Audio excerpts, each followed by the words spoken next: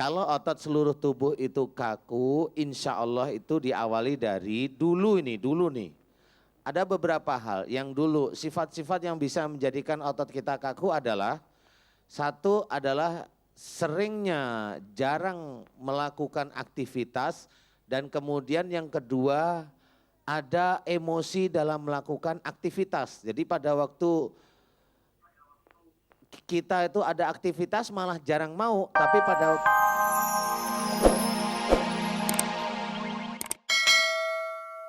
Bagi Anda yang baru saja bergabung dengan kami, tema kita pagi ini yakni menunda-nunda amal soleh. Dan Anda pemirsa yang di rumah pun bisa nanti berinteraksi dengan kita di telepon 021 877 80082 atau di 021 840 1501. Baik, kita lanjutkan sedikit tentang tema kita tadi kepada Ustadz Danu. Adalah sisi positifnya Allah akan kasih rezeki buat mereka yang tidak menunda-nunda amal soleh. insya Sisi Allah negatifnya Ustadz, buat yang suka menunda-nunda, apakah nanti dia bisa kena penyakit, tipes, cacingan atau apa gitu. Silakan Ustadz. Jadi amal soleh ini kita kerjakan sebenarnya juga ikhtiar sih, ya. Amal soleh ini ikhtiar, di mana hubungannya ada banyak. Salah satu yang berhubungan dengan amal soleh adalah wa yastajibul ladina amanu wa amilus solihat. Ini dalam surat Asy-Syura ayat 26, artinya dan Allah akan mengabulkan doa orang beriman serta mengerjakan amal soleh. Nah, kalau kita sering sebagai seorang Muslim sering menunda-nunda amal soleh yang harusnya kita kerjakan. Kemudian kita malah agak malas. Kemudian kita memang agak jauh dari Allah. Ini salah satunya adalah doa-doa kita jarang dikabulkan oleh Allah Ta'ala. Doa.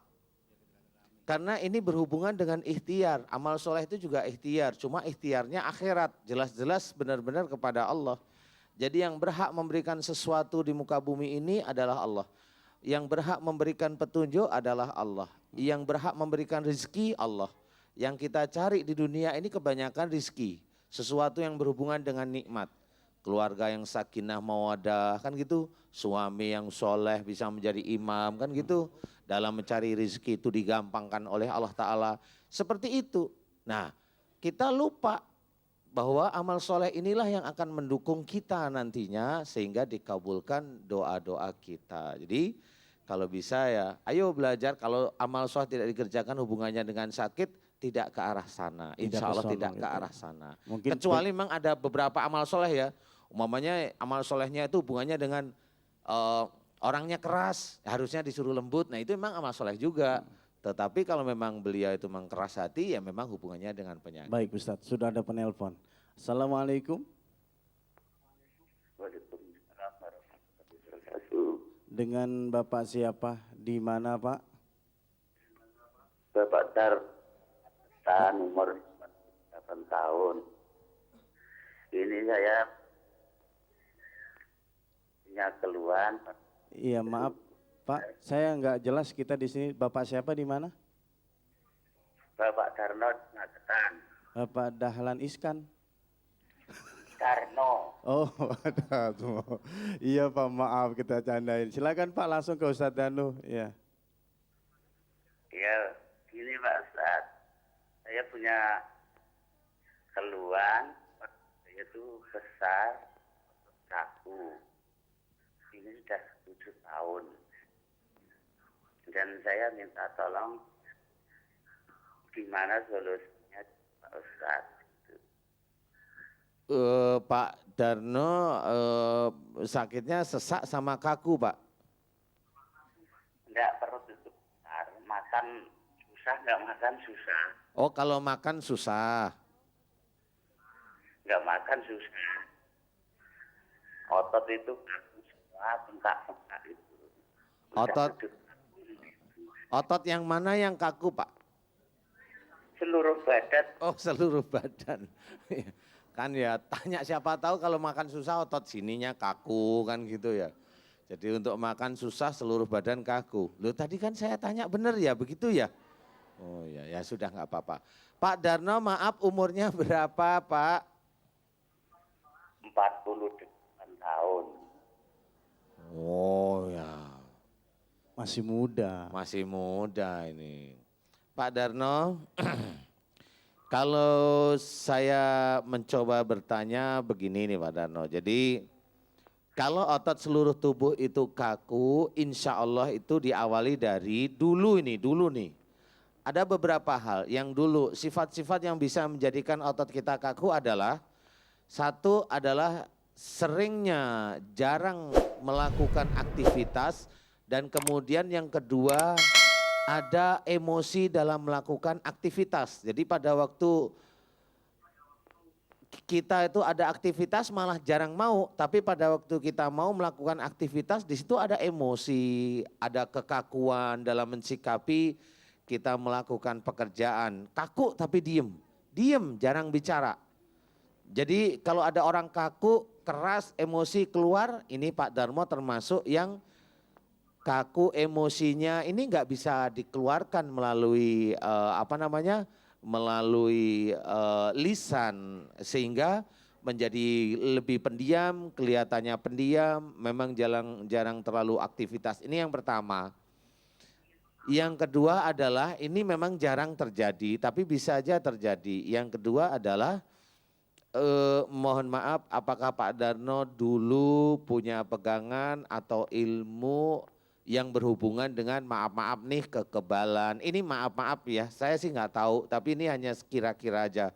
Karena kalau kekebalan itu biasanya dia akan nyusup, ilmu tersebut itu nyusup melalui otot dan daging dan kulit istilahnya. Jadi kalau memang ada kekakuan berarti memang ada sejenis ilmu seperti itu. Saya mau tanya, apakah Pak Darno mengikut yang pertama, yaitu termasuk agak pendiam, agak kaku dalam melakukan pekerjaan, kemudian agak emosional walaupun itu diam, atau yang kedua mempunyai pegangan yang berhubungan dengan kekebalan. Pak Darno yang mana nih yang lebih dekat atau pasnya? Semua itu benar. Semuanya punya ya Pak Darno. Aduh, susah ya. Kalau orang Magetan mah saya insya Allah tahu ya, Jawa Timuran itu biasanya ilmunya banyak-banyak ya. Entah itu dari orang pintar atau siapa. Nah Pak Darno, kalau yang ilmu, kalau Pak Darno berkenan nih, maukah Pak Darno saya ajak ikrar untuk melepas ilmunya Pak Darno, tapi benar-benar setelah ikrar Pak Darno jangan ke orang pintar lagi untuk meminta ilmu ya, mau nggak Pak Darno? Mau Pak Ustadz. Mau ya, oke nanti Pak Darno menjawab ikhlas, lillahi ta'ala seperti itu ya.